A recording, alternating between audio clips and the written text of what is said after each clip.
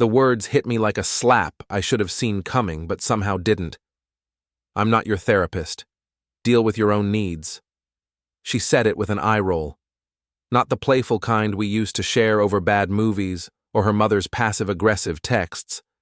This was different. This was contempt wrapped in exhaustion, delivered with the casual cruelty of someone who had been holding it in for too long and finally didn't care about the damage anymore. We were standing in the kitchen. I remember that detail because I was holding a coffee mug, and when she said it, I gripped the handle so hard I thought it might snap. It was one of the mugs we'd bought together on that weekend trip to the coast 2 years ago, back when we still took trips together, back when she still looked at me like I was someone worth spending time with. The late afternoon sun was cutting through the window behind her, turning her into a silhouette, and maybe that was fitting because in that moment, I realized I didn't recognize the person standing in front of me anymore. I had been trying to talk to her about something that had been bothering me at work. Nothing dramatic, just the kind of thing you share with your partner because you want them to know what's going on in your head. A project I'd been working on for months had fallen apart due to circumstances beyond my control, and I was frustrated, not devastated, not looking for her to solve it, just frustrated and wanting to share that frustration with someone who supposedly cared about me. I wasn't asking her to fix it. I wasn't dumping trauma on her lap. I just wanted her to listen, to care, to be present for 5 minutes the way partners are supposed to be present for each other. I had started with something simple. "So, today was rough." And before I could even get to the second sentence, before I could explain what had happened or how I felt about it, she cut me off with a sigh so heavy it could have anchored a ship. "Here we go again," she muttered, not quite under her breath. "What's that supposed to mean?" "It means I'm tired of being your emotional dumping ground. I have my own problems, you know. I can't be responsible for managing your feelings every time something goes wrong at work." "I'm not asking you to manage anything. I'm just trying to talk to you." "Well, I don't want to talk about it. I'm not your therapist. Deal with your own needs." And there it was. The eye roll, the dismissive wave of her hand. That look that said I was an inconvenience she had to tolerate, rather than a partner she chose to love. That look that communicated more clearly than words ever could that she found my emotional existence burdensome, my needs excessive, my desire for connection pathetic. I didn't say anything in response. What could I say? What response could possibly bridge the chasm that had just opened between us? I just nodded slowly, feeling something fundamental shift inside me, like tectonic plates grinding against each other before an earthquake. I set the mug down on the counter with a control that surprised even me, my hand steady despite the tremor I felt running through my entire body, and walked out of the kitchen. She called after me, something dismissive, probably, "Don't be so sensitive," or "God, why are you always so dramatic?" Her greatest hits of invalidation. But I didn't turn around. I couldn't. Because if I had looked at her in that moment, she would have seen something in my face that I wasn't ready to show yet. She would have seen the hurt, yes, but more than that. She would have seen the resignation, the acceptance, the exact moment when I stopped hoping she would change and started accepting who she actually was versus who I'd been pretending she was. She would have seen the exact moment I decided to take her advice. I went to our bedroom, though it barely felt like ours anymore, more like a space we happened to occupy at the same time, without any real sense of shared ownership, and sat on the edge of the bed. My hands were shaking now, the adrenaline finally hitting my system. I felt like I'd been punched in the stomach and was only now registering the pain. The thing was, this wasn't the first time she'd dismissed me. It wasn't even the 10th time. It was just the first time she'd done it with such naked contempt, such undisguised disgust at my audacity to have feelings that might require her attention. It was the first time she'd stripped away the pretense that we were partners and said out loud what her actions had been communicating for months. I was on my own. I sat there for what felt like hours but was probably only 20 minutes, listening to her move around the kitchen downstairs. I heard the refrigerator open and close, heard her footsteps moving to the living room, heard the television turn on. She had already moved on, already dismissed the interaction as inconsequential. Another annoying moment with her needy boyfriend that she'd successfully shut down. Problem solved in her mind. But the problem wasn't solved. The problem had just metastasized into something far worse than hurt feelings. Because sitting on that bed, hands still trembling, I made a decision that would change everything. If she didn't want to be my therapist, fine. I'd stop treating her like someone I could be vulnerable with. If she didn't want to hear about my needs, fine. I'd stop expressing them to her. If she found my emotional presence burdensome, fine. I'd make sure she never had to bear that burden again. I would give her exactly what she'd asked for, and I would see how long it took her to realize she'd made a terrible mistake. To understand what that sentence did to me, you have to understand what led up to it. This wasn't a single bomb that destroyed everything in one blast. It was the final explosion in a minefield I'd been walking through for months, trying desperately not to set anything off, failing every single time. It started slowly, the way these things always do. Small rejections that you tell yourself don't mean anything. A conversation cut short because she was tired. A moment of vulnerability met with a distracted while she scrolled through her phone. An attempt at intimacy, emotional, not just physical, brushed aside with, "Can we talk about this later?" Except later never came. The first time I really noticed it was about 6 months before the kitchen incident.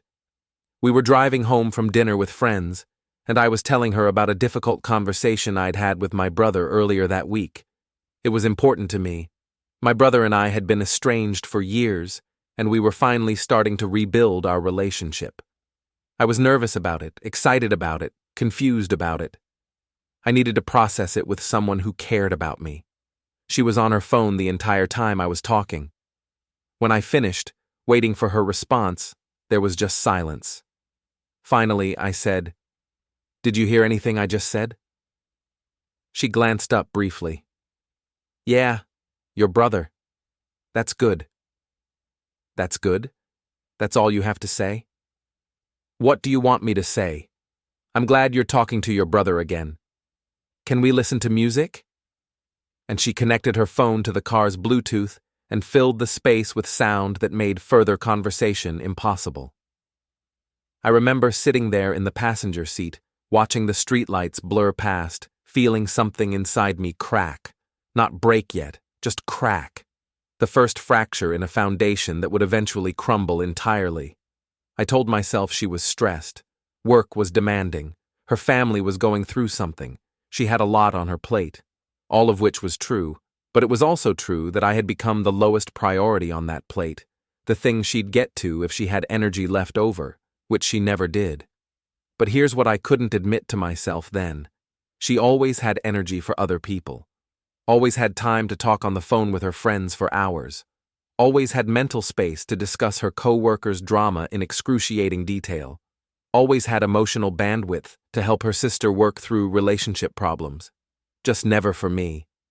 I was the one person in her life from whom she had decided to withhold herself, and I spent months trying to figure out what I had done to deserve that treatment. I kept trying, because that's what you do when you love someone, right? You don't give up at the first sign of trouble. You fight for it. You communicate. You make an effort. So I made efforts. God, did I make efforts.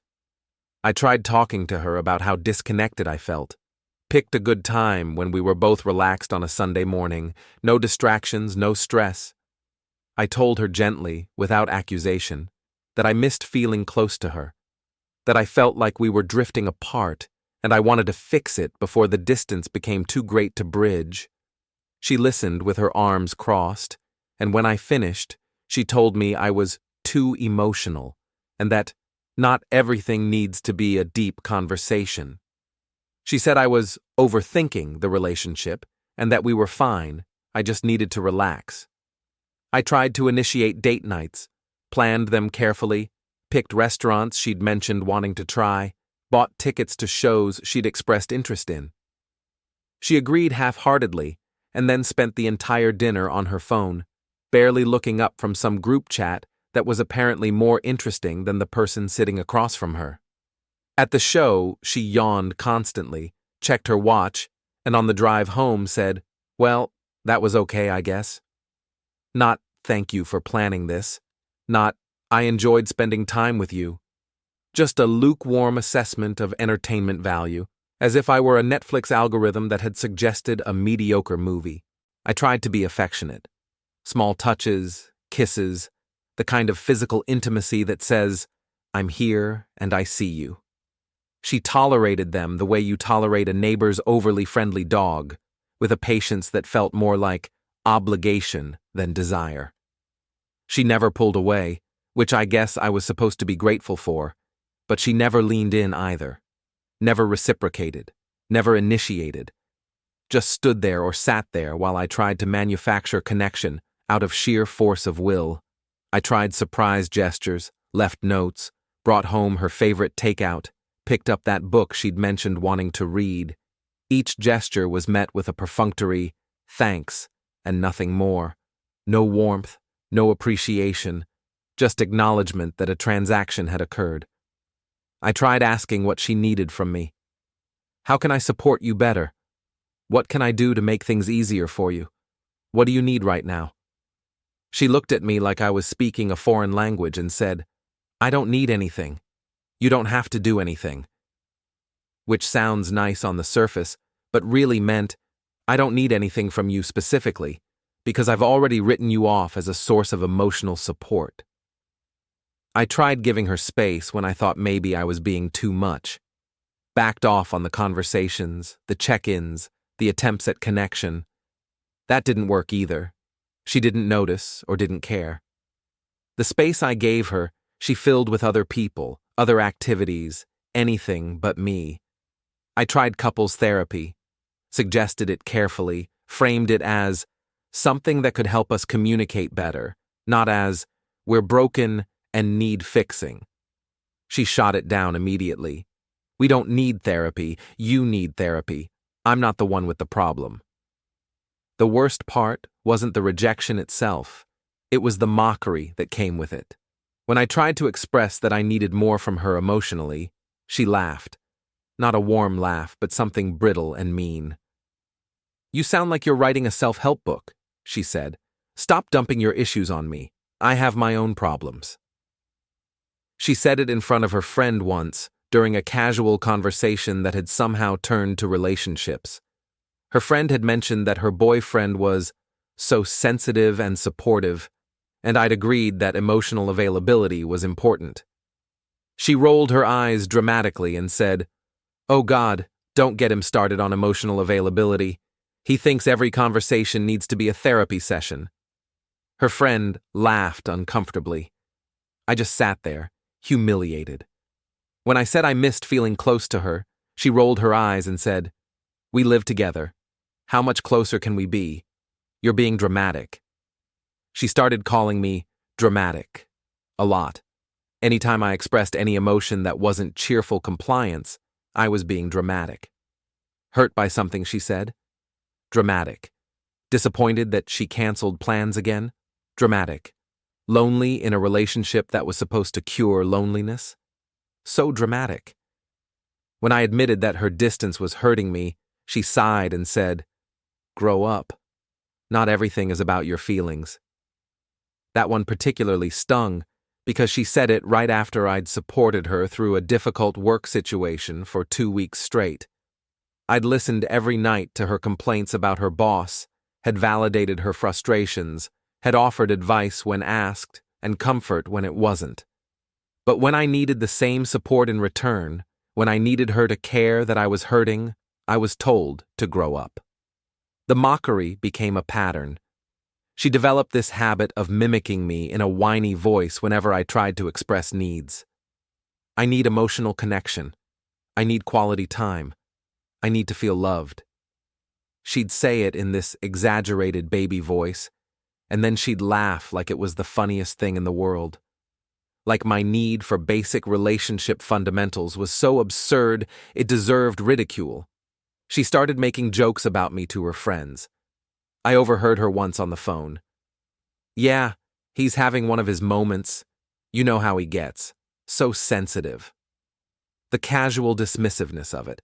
The way she talked about my emotions like they were a cute quirk rather than a real part of me. Like I was a pet with annoying habits rather than a person with legitimate feelings. The worst one happened at her sister's birthday party. I'd had a rough week at work and had mentioned it briefly in the car on the way over. At dinner, her sister asked how I was doing, just being polite, and I started to respond when she cut me off. "Oh, don't ask him about work unless you want a dissertation on his feelings." Everyone laughed. I smiled along because what else could I do? But inside, something else cracked. She had taken a moment of vulnerability and weaponized it for entertainment. Each time, I swallowed the humiliation and told myself she didn't mean it. She was just defensive. She was going through something. I was being too sensitive. I needed to be more patient, more understanding, more resilient. I kept making excuses for her until I ran out of excuses to make. And then came that afternoon in the kitchen, with the sun behind her and contempt in her voice, and suddenly all those small rejections cohered into a single, undeniable truth. She didn't see me as a partner. She saw me as an inconvenience, a burden, something she had to deal with rather than someone she wanted to be with. "I'm not your therapist. Deal with your own needs." Fine, I would.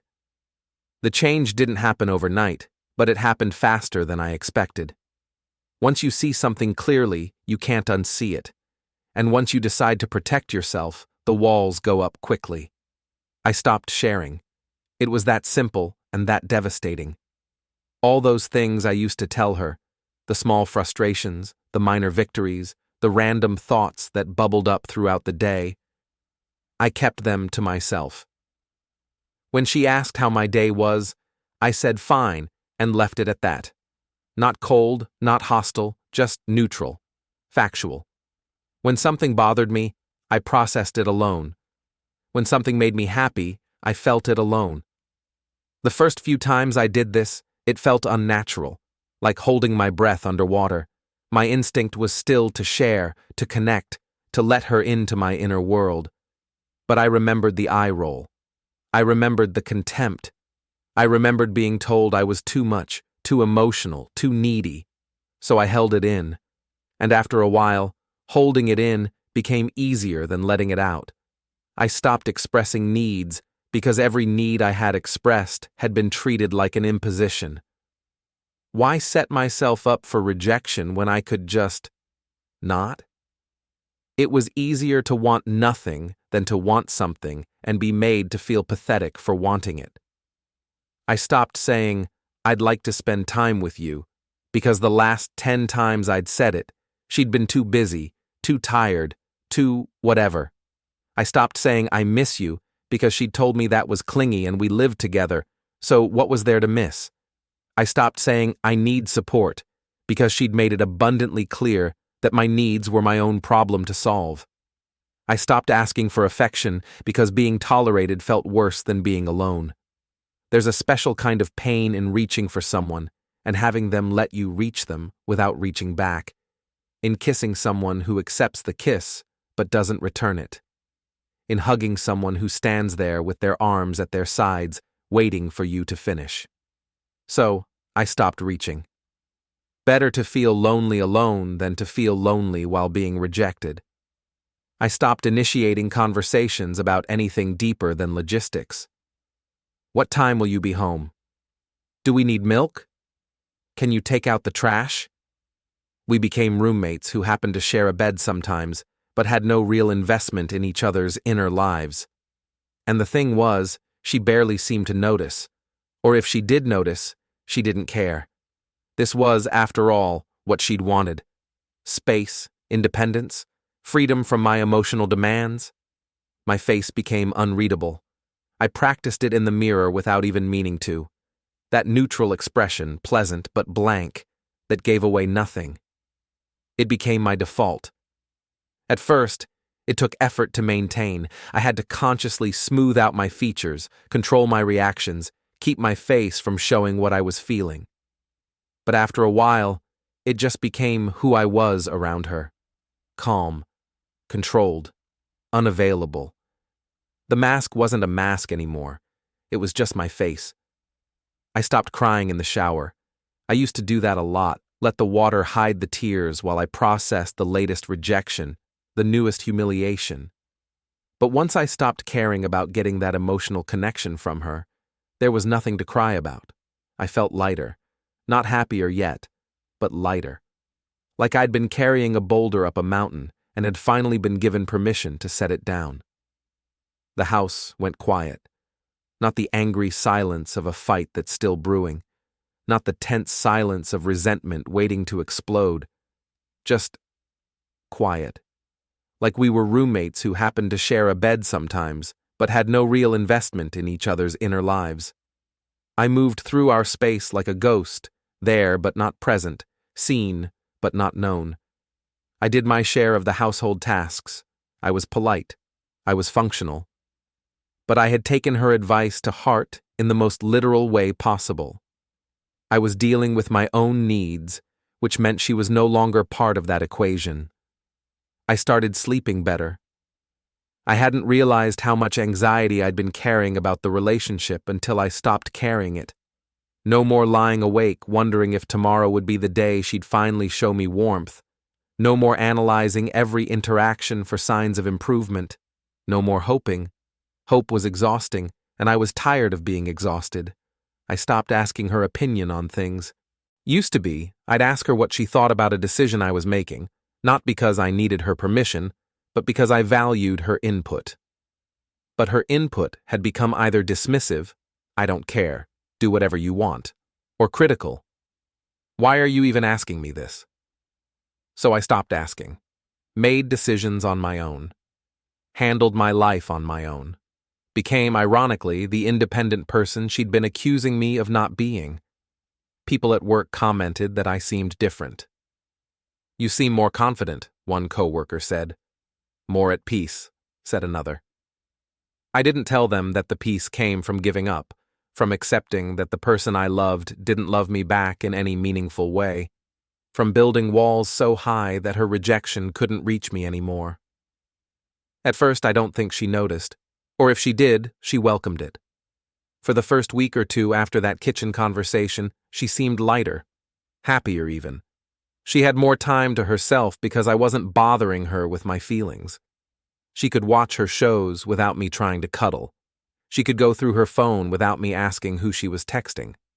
She had the emotional space she'd been craving, the space she'd been pushing me out of for months. She had won, or so she thought. But then, something shifted. I could pinpoint the exact moment she realized something was wrong, even if she couldn't articulate what it was yet. It was a Tuesday morning. I was making coffee, and she came into the kitchen still half asleep, expecting our usual routine. Normally, I would have already poured her a cup the way she liked it, would have kissed her forehead, would have asked if she slept well. Instead, I poured my own cup, nodded at her in acknowledgement, and headed to the living room with my laptop. "That's it?" she called after me. "No good morning?" "Good morning," I said without turning around. "You didn't make me coffee. You're capable of making your own coffee." I heard her scoff, but I didn't engage. That would have required me to care about her reaction, and I had spent months caring about her reactions only to have that care thrown back in my face. I was done. The texts stopped. I used to send her messages throughout the day, stupid things mostly, a meme that made me think of her, a photo of something interesting I saw, a quick thinking of you because I was. But why would I do that when every time I did, I either got a one-word response or nothing at all? So I stopped. My phone stayed in my pocket, silent, and hers probably stayed equally silent on her end, which I'm sure bothered her more than she wanted to admit. The goodnight kiss disappeared. I used to kiss her before we went to sleep, even on the nights when we'd barely spoken, because it felt important to maintain that connection. But connection requires two people, and she had made it abundantly clear she wasn't interested in connecting with me. So I stopped. I turned on my side, closed my eyes, and went to sleep without ceremony. The check-ins vanished. I used to ask her how meetings went, how lunch was, whether that thing she'd been worried about worked out okay, but asking required emotional energy and caring about the answer, and I had neither to spare anymore. If she wanted me to know something, she could tell me. Otherwise, her life was her business. The emotional support I used to offer freely became a well that had run dry. When she complained about work, I nodded sympathetically, but offered no solutions, no comfort, no engagement beyond basic acknowledgement. When she was upset about something, I didn't probe or try to make it better. I just let her be upset, the way she'd let me be upset so many times without offering anything in return. I could see it starting to bother her, the way she'd watch me from across the room, like she was trying to figure out what had changed, the way she'd start sentences and then stop, like she wanted to say something but didn't know what. The way her eyes would narrow slightly when I responded to her with the same flat pleasantness I'd use with a stranger. "Why are you being weird?" she asked one evening. "I'm not being weird." "You are. You're being distant." "I'm giving you space. Isn't that what you wanted?" "I didn't say I wanted space. You said you weren't my therapist and I should deal with my own needs, so I'm dealing with them, without you." She didn't have a response to that. What could she say? I was doing exactly what she'd told me to do. If she didn't like the results, that wasn't my problem anymore. Funny thing about emotional availability, when you stop pouring it into a broken vessel, you suddenly have a lot more of it for other things. And once I stopped trying to force a connection with someone who didn't want one, I found I had energy for a life I'd been neglecting. I threw myself into work. Not in the obsessive, unhealthy way, but in the way of someone who finally had the mental space to actually focus. Projects I'd been putting off got completed. Ideas I'd been sitting on got developed. I stayed late not to avoid going home, though that was a bonus, but because I was actually engaged in what I was doing. My boss noticed. My colleagues noticed. I got recognition for things I'd always been capable of, but had been too emotionally drained to pursue. I got promoted. Not a huge promotion, but significant. A step up, more responsibility, better pay. In the old days, I would have rushed home to tell her, excited to share the victory with my partner. Instead, I sent her a text. "Got promoted. We'll be home late, celebrating with the team." She responded with a thumbs-up emoji. I didn't feel hurt by it. I didn't feel anything by it. That's how I knew I was really free. I started going to the gym again. I'd let my membership languish for months, telling myself I was too busy, too tired, too whatever. But the truth was, I'd been too busy trying to fix a relationship that didn't want to be fixed. Now that I'd stopped, I had time and energy and a need to do something with the frustration that had been building in my chest for so long. The physical transformation was gradual but undeniable, stronger, leaner, more confident in my own skin. I noticed women noticing me, which hadn't happened in a long time. I didn't do anything about it. I was still technically in a relationship, even if it was a dead one, but I noticed. And noticing reminded me that I was still a person with value, still someone worth looking at, still someone who could be desired even if she didn't desire me. But the mental transformation was the real change. Every rep, every run, every moment of pushing through discomfort reminded me that I was capable of doing hard things, that I didn't need someone else's validation to know my own worth, that I could set goals and achieve them without anyone's approval but my own. I started running, not just on a treadmill, but outside long distances. There's something meditative about running, about the rhythm of your feet hitting the pavement, about pushing yourself past the point where your body says stop. I'd run for miles, sometimes an hour or more, and come back feeling cleansed, like I'd left something toxic on the trail behind me. I reconnected with friends I'd been neglecting, the ones I'd canceled plans with because she needed me, or because I was too emotionally exhausted from fighting for scraps of affection to be good company. They welcomed me back without judgment, and I remembered what it felt like to laugh, really laugh, the kind that comes from your gut and leaves you breathless. My best friend from college, Marcus, said it plainly after a few beers one night. "Man, I don't know what happened, but you seem like yourself again. We were getting worried about you for a while there." "What do you mean?" "You were just dim, like someone had turned down your brightness. You barely talked, barely smiled, always seemed like you were somewhere else. Now you're here. You're present. It's good to have you back." I realized then that I hadn't just been losing myself in that relationship. I'd been lost. So focused on trying to earn her love that I'd forgotten what it felt like to just exist as myself, without apology, without constantly modifying myself to be acceptable to someone who would never find me acceptable enough. She noticed that too. Came home one evening to find me on the couch, phone in hand, grinning at something someone had sent me. She stopped in the doorway, watching me, and I could see the question in her eyes. When was the last time I made him laugh like that? The answer was, she couldn't remember, and neither could I. I picked up hobbies I'd abandoned, started reading again, really reading, losing myself in books the way I used to, before every spare moment was spent trying to decode her moods or walking on eggshells around her irritation. Started cooking new recipes, not for us, but for me, because I enjoyed it and didn't need someone else's approval to justify the effort.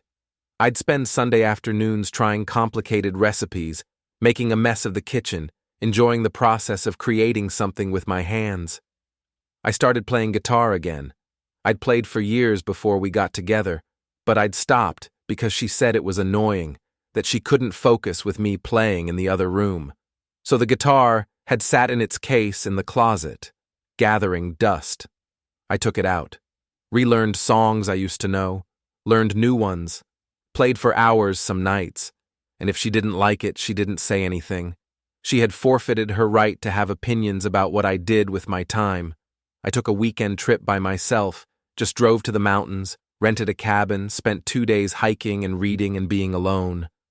I didn't tell her where I was going until I was already gone. Just sent a text. Gone for the weekend. Be back Sunday night. She called, clearly upset that I hadn't asked permission, even though I didn't need permission, we weren't parents to each other. But I didn't answer. I was done explaining myself to someone who had never extended me the same courtesy. When I got back, she demanded to know where I'd been, who I'd been with, why I hadn't told her I was leaving. I answered factually. I went to the mountains. I was alone. I didn't tell you because it was a spontaneous decision, and I'm an adult who can take a trip without permission. You could have invited me, she said. Why would I do that? You've made it clear you don't enjoy my company. She had no response to that. I became calmer. The anxiety that had been my constant companion, the anxiety of wondering if today would be the day she finally showed me affection, the anxiety of trying to be good enough, interesting enough, small enough to fit into the space she was willing to give me, disappeared. I stopped waiting for something that was never going to come, and in the absence of that waiting, I found peace. I became unavailable. Not physically. I still lived in the same house, slept in the same bed, existed in the same space. But emotionally, I had checked out completely. She could no longer reach me because I was no longer within her reach. I had built walls she couldn't scale because I'd finally learned that not every wall needs a door. And the strangest part? I was happier. Genuinely, undeniably happier than I'd been in months, maybe years, because I'd stopped trying to get water from a stone and had gone to find an actual well. She saw it. How could she not? She saw me thriving in the spaces she'd pushed me out of, saw me building a life that didn't include her in any meaningful way, saw me becoming the person I might have been all along if I hadn't been so busy dimming myself to make her comfortable. And I could see in her eyes that it bothered her. A lot. She started watching me. I'd catch her staring when she thought I wasn't looking, this confused expression on her face like she was trying to solve a puzzle. Who was this person in her house? This confident, independent man who didn't need her approval or attention. This wasn't the needy boyfriend she'd been pushing away. This was someone else entirely, someone who had taken her rejection and built something better with it. The shift in her behavior was subtle at first, then increasingly desperate. It started with small attempts to reclaim my attention. She'd come home and try to start conversations about her day the way I used to, but my responses were minimal, polite, but minimal. That sounds frustrating. I'm glad it worked out. Makes sense. Nothing that invited deeper discussion. Nothing that suggested I was emotionally invested in what she was saying. She'd brush against me while passing in the hallway, a touch that was meant to seem casual but was clearly testing the waters. I didn't pull away, but I didn't respond either. Just acknowledged it the way you'd acknowledge a cat brushing against your leg. Neutral, unreactive, unmoved. She started initiating physical affection, which would have been laughable if it weren't so sad. The woman who had spent months treating my touch like an obligation was suddenly trying to cuddle on the couch. I let her, but I didn't reciprocate. I kept my eyes on my book or my phone, my body present, but my attention elsewhere. It was probably cruel, but it was also honest. I didn't have the energy to pretend anymore. The texts started coming. Random messages throughout the day, the kind I used to send her. Thinking about you. Hope you're having a good day. Saw this and thought of you. I responded to each one with a thumbs-up emoji or a brief, thanks. Nothing more. She was getting from me exactly what I had gotten from her for months, and I could tell she hated it. She tried cooking my favorite meal, set the table, lit candles, the whole performance. I thanked her, ate the food, complimented it genuinely, and then cleaned up and went to the bedroom to read. She sat at that table alone, surrounded by the remnants of an effort I hadn't asked for and couldn't reward with the response she wanted. Because here's the thing she didn't understand. You can't withdraw emotional intimacy for months, train someone to stop expecting it, and then suddenly reintroduce it when it's convenient for you. That's not how humans work. That's not how trust works. That's not how love works. She sent long messages apologizing for things she couldn't quite name. I'm sorry if I've been distant. I'm sorry if I haven't been there for you. I'm sorry if I made you feel unwanted. All phrased as conditional maybes, as if my feelings were hypothetical possibilities rather than documented realities she had actively created. I responded to those messages with variations of, I appreciate you saying that, and left it there. No absolution, no reassurance, no opening for further discussion. She had spent months making me feel like my need for emotional connection was a character flaw, and now that I'd stopped needing it from her, she couldn't stand it. She even tried starting fights, picked at little things, criticized decisions, made snide comments clearly designed to provoke a reaction, anything to get me engaged, even if that engagement was anger. But I didn't take the bait. I responded to criticism with, okay, I'll keep that in mind, and moved on with my day. I refused to fight for a relationship that had already died, killed by her own hands over the course of months of neglect. The thing that seemed to bother her most was my new social life. I went out with friends more, had plans on weekends, came home later, was genuinely unavailable in ways that had nothing to do with punishing her and everything to do with living my life. She'd ask where I was going, when I'd be back, who I'd be with, and I'd answer truthfully but without detail. Out with friends. Not sure. See you later. One Saturday, I was getting ready to leave for a hiking trip with some guys from the gym. She appeared in the doorway of the bedroom, watching me pack. You're going out again? Yep. You've been going out a lot lately. Yep. What about us? I stopped what I was doing and looked at her directly. What about us? Shouldn't we spend time together? Why? You made it pretty clear you didn't enjoy spending time with me. I never said that. You didn't have to. You showed me. Every single day for months. She didn't have a response. I finished packing and left. It came to a head on a random Wednesday night, 3 months after that kitchen conversation. I was in the living room reading. She'd been pacing for about 20 minutes, clearly working up to something. I could feel her eyes on me, could sense the tension building, but I didn't acknowledge it. Whatever she needed to say, she'd say it when she was ready. Finally, she sat down on the coffee table directly in front of me, blocking my view of the book. We need to talk. Okay. I set the book aside and gave her my attention, polite, neutral, waiting. Why don't you talk to me anymore? I talk to you every day. No, you don't. You give me words, but you don't talk to me. Not really. You don't tell me about your day or what you're thinking or how you're feeling. You just exist around me, like I'm not even here. I'm dealing with my own needs, like you told me to. Her face crumpled slightly.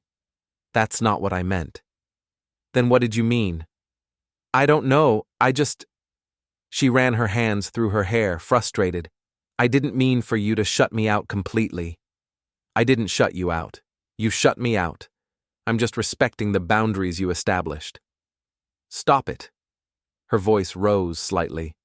Stop being so calm and detached. Stop acting like you don't care. But I don't care. Not anymore. Not about this. I gestured between us. That stopped her. Her eyes widened slightly, like she hadn't expected me to say it so plainly. You don't mean that. I do. You made it very clear over the course of months that my emotional needs were an inconvenience, that wanting connection with you was needy and pathetic, that I should grow up and deal with my own feelings. So I did. I grew up. I dealt with my own feelings. I stopped looking to you for things you made clear you didn't want to give. And now I'm fine. Better than fine, actually. I'm happy. Without me. It wasn't a question. Without depending on you, yes. She stood up, started pacing again, her voice climbing toward desperation. Why don't you care anymore? What happened to us? You used to try so hard, and now you just don't. You don't fight for this. You don't fight for me. I stood up too, not to match her energy, but to meet her eye level. I fought for months. I tried to talk to you. I tried to connect with you. I tried to show you I loved you, and every single time, you made me feel stupid for trying. You mocked me for being emotional. You dismissed me for having needs. You treated my attempts at intimacy like they were annoying obligations you had to tolerate. I was stressed. Everyone is stressed. Being stressed doesn't give you the right to treat someone who loves you like they're worthless. I never said you were worthless. You didn't have to say it. You showed me every single day, and eventually I believed you. I internalized the message you were sending, that I was too much, that my needs were too much, that wanting to feel loved by my partner was asking too much. So I stopped asking. I stopped wanting. I stopped caring. Her voice broke. I didn't want this. Then what did you want?